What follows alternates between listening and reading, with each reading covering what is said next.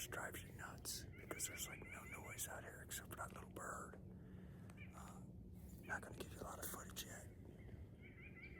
But we picked this post in primarily because the sun is going to be on us quick. Going to be a beautiful sunrise. I'll buzz you back this direction. That's clear-cutted pines with new planted pines in it.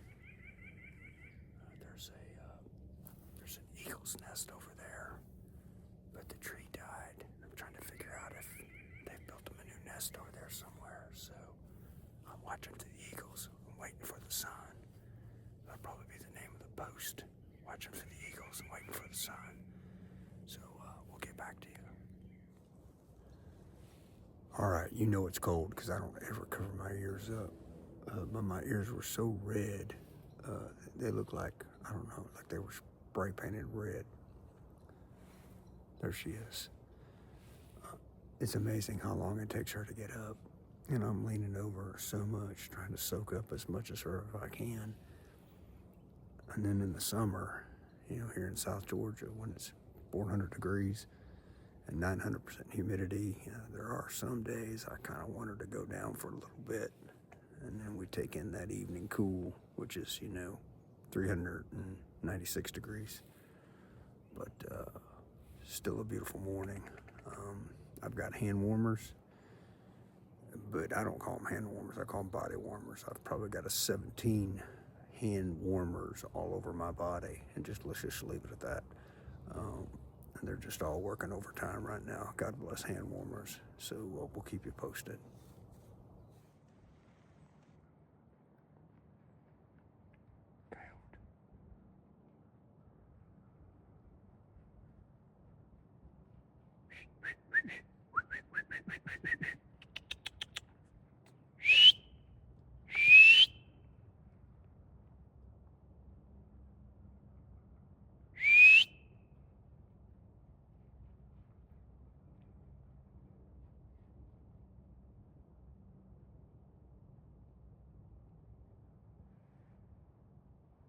Travel in pairs, but that one seems to be going by itself. All right, it has finally warmed up a little bit. Most of the morning I've been behind this oak tree trying to make myself as skinny as possible to block the wind and then lean over this way to catch some of that sun. I'm really glad that y'all got to see a coyote. They're pretty slick. You don't get to see them much. If he was downwind of us, that never would have happened, but he came from up there. Very problematic for landowners. So when you start feeling bad for coyotes, you really need to talk to people who, have to deal with them. They really have no prey, meaning no one comes at them anymore. The people used to hunt them or trap them. People just don't anymore. And so they're hard on landowners. Really hard on cattle farmers. You're talking all the above: turkey, deer, quail, rabbit. And then in some of these, where city people live, I mean, they're slipping in there and taking their cats and dogs. That generally gets their attention. But cool that you got to see one. He was very healthy looking. A lot of times they'll get kind of mangy and nasty, but he had a good hide on him. So enough about coyotes. I've kind of, been struggling all morning with the video that I want to do. And I don't exactly know how to word it. I've been watching this field over here all morning that's been planted in pines. And it's kind of like you're looking for something that doesn't fit. So the pines are always going to be there. There's some grass growing. There's some trees growing that aren't part of the program, like a magnolia or a couple oaks. But, primarily this is just timber. So it's pines. So what you're looking for is like just an ear of a deer or like a horn, whitetail, anything. And I think it's good for your mind, especially when you're freezing. You just kind of keep searching and searching, but you're kind of sift through what really doesn't belong there. Meaning in the sense, it's primarily supposed to be pine trees. And years ago, the youngest boy and I was the oldest boy and I, when he's a little bitty booger eater, on a field back that way, same thing. And we sat there all morning with this big old mature buck just bedded down right in front of us, you know. Didn't want to shoot him, just wanted to watch him, and it was just the neatest thing, just to sit there. And he bedded down and he took his little nap, and we sat there and ate snacks, and you know, and it wasn't freezing cold, and we watched him, and it was a big time.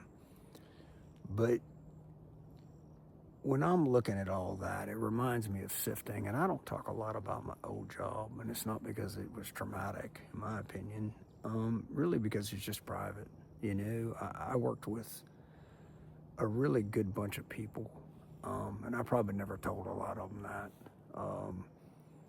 and I don't stay in touch with any of them anymore. But I mean, it was a good bunch of people that did a phenomenal job for our country, just a phenomenal job. And I think there's just so much goes on there that people don't know, and I just don't feel it's my place to educate the world about that. That's just not what I'm here for. But on large fires or large explosions, you know, we would take the fire or explosive debris and put it into these little, look like gold miners, you know, like a square thing with, you know, chicken wire in the bottom or hardware cloth, and you'd shake it. And you were sifting through, and you were looking through, like, you know, wire fragments or shell casings or, you know, some explosive components or whatever. I mean, you're looking for anything that probably shouldn't be there, or if it is, we need to examine it and look like if it's been altered or modified or what happened to it. Kind of like this is what I'm saying, as you look at this. You know, and I'm looking at all the pines going, well, the pines are supposed to be there, but what else doesn't fit? And we would sift like that, you know, and take turns, and you got to keep your eyes fresh, you know, because you just start seeing the same crap over and over. It falls into many other categories when you'd walk into an interview room with a suspect or someone who's been arrested, and you're trying to sift through what's real and what's lies and what's something that's just grown from a dysfunctional childhood and now, you know, coming to this. And routinely, I think for all of us, not just the first responders, you know, we're always dealing with people trying to figure out, man, is that real? Or is that just some junk? Or is that manipulation? Or, you know, what's the angle? And we posted a video, I don't remember when, about a gentleman that, you know, took me and my wife for a ride, not a good ride. And he did us for some money and did a bunch of other folks for some money. And, you know, that was a hard one for us, you know, especially with me supposedly being able to see evil, and there was evil right in front of me. And I told a fella the other day that, you know, what I want to do is, when the time comes, you know, he's going through the criminal process now, and he will go to prison. I just want to sit down with him and say, hey, fella, you know, was that real? Or was that just part of it? Was that part of the con? Just shoot me straight. Just tell me.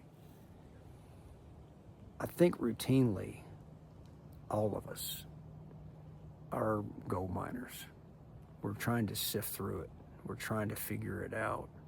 We're trying to, you know, figure out which came first or which came second. And a lot of times when you're dealing with trauma, and I guess this would be the point of the video, is that what's in the screen is not really the problem. It's what's still out there. The screen just happened to catch it. And so I learned it from a well-known psychologist, and he's a good man. And everybody should know at least a couple good psychologists, kind of like lawyers. You know, he called it page one, and I give him credit for that. When you're working in trauma and you come across somebody and you're being the gold miner, right? And you're sifting, and you find it, and you go, aha, this is why they're stuck. This is why they can't move forward. This is why they can't grab the next limb. And it may not be it. It may be still back there in that scene, and this didn't fit, but there's another reason it don't fit. I hope that makes sense. When you run across that, that's a lot. That's a chunk. And if you figure it out in your squirrel age, that's what we call a referral. That's where somebody might need a lot more help than what you got to offer. Because what gets caught in the screen or in the gold miner's pan may not be the nugget you're looking for. That was a good one. I just pulled that out. But it may not be the gold nugget. You think it is, but it's not. And it goes much, much deeper. When you start dealing with elderly people, me personally dealing with my mom right now, she's getting up there in age. I feel like a gold miner a lot of days. Is it the mind that's slipping? Is it something popping up from her childhood? I don't know what it is. And I just keep shaking that pan, shaking that screen, trying to figure out what it is. And it gets frustrating. But I think that's part of the process. I'm not sure if this video is going to click and hit hard for some of you, and maybe it will. But my Aunt Kathy, who's the target of our 5th book, she always told me, she said, you got a message. You need to get it out there. I've frozen and struggled here for about 4 hours this morning, trying to figure out that out there. And how do I translate that? And my gut says, this is what the video is supposed to be, is that we continually end up in positions where we're gold miners, or we're standing outside of a great big blowed up, burnt up structure, and we're sifting and just trying to figure out what don't fit. And sometimes, like I said, the nugget that's in the pan, it ain't the nugget. The nugget's out there somewhere. And that's where you got to understand, if you're in the business of being a peer support, helping people work with trauma, sometimes in order to find the big nugget, you got to get a team. That's the reality. And if you think you're going to tackle it by yourself, you lost your mind. You really have. And it's hard to ask for help. And I'm one of the worst people when it comes to, not referrals, but when it comes to helping me do this or help me do that physical stuff, I generally try to tackle it myself. But when it comes to matters of the soul, matters of emotions, matters of the heart, ask for help. Because ain't none of us got it all figured out. So we run along on a video, and I got to go. I'm gonna buzz you around. That's where the coyote was at. He came up that way. The field's up there, top of the hill. This is a hill in South Georgia, if you didn't know. And that's actually my little running path. Right there. So yeah, if you look down here, I've just been watching this all morning, trying to see if anything don't fit. And way over that way, you can kind of see it. There it is. Yeah, that's pretty cool. It zooms in that much. That's that nest, but it's too small to be an eagle's nest. But over there is where the eagle's nest used to be. All right. So who am I today? Well, I stayed at the cabin last night with the baby. And we're going to be doing that a lot for the next 3 weeks. Because our bow season runs out at the end of the month. And I just want to get as much tree time as I can. And the baby was a little irritated last night with a beaver. So, yeah, she kind of kept me awake. Baby don't like beavers. But who am I today? I hope this video really does work. I really do. You really do. When you figure out that the nugget ain't the nugget and it's probably a bigger nugget, just ask for help. Somebody. You know, we want the videos to apply to everybody. And it does. You don't have to be a peer responder. You know, you might be somebody that's got a friend and you talk to them and you figured out that, nah, this goes deeper than what this is. And get them the help they need, you know. And they don't have to have a shingle hanging outside their door. It could just be a chaplain, a priest, I don't know, a counselor. I don't know. My high school counselor, she rocked, you know, and I still try to stay in touch with her, and hopefully she'll see this video, but she rocked. She really did. And just get them help. So, I ain't got a whole lot of time left. I got to get down and I'm going to change clothes. I'm going to let the baby run with me today. Cool days like this, the cottonmouths stay in, and so the baby can run with me and not get snake bit. And then I got to get to work. Y'all have a great day.